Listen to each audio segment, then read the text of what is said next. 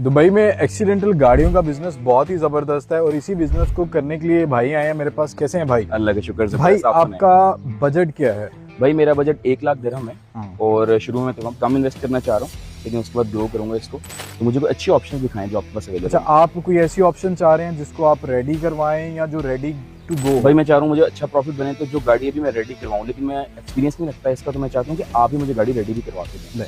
देखें, तो मेरे पास ये ऑप्शन है S560, ठीक है, 2019 मॉडल है। सही है। गाड़ी का ये डैमेज है और एक दो चीजें जो इसकी इलेक्ट्रिकल चेंज होनी है, बाकी इसका कोई डैमेज नहीं है। कोई और आप मुझे ये गाड़ी कितने तक में दे देंगे? भाई ये गाड़ी मैं आपको एज इट इज 55,000 दिरहम में दूंगा। ठीक है, इसको रेडी करवाने के लिए आपको गराज रिकमेंड कर दूंगा। ठीक है, वो आपको कोटेशन भेजेंगे, आपसे अप्रूवल लेंगे और गाड़ी को रेडी करके देंगे। बेस्ट है। और रेडी करने के बाद मेरी एडवाइस आपको ये होगी कि इस गाड़ी को आप रजिस्टर्ड करें, ठीक है, और दुबई अपनी रेजिडेंशियल वाली साइड पे इसको सेल आउट करें।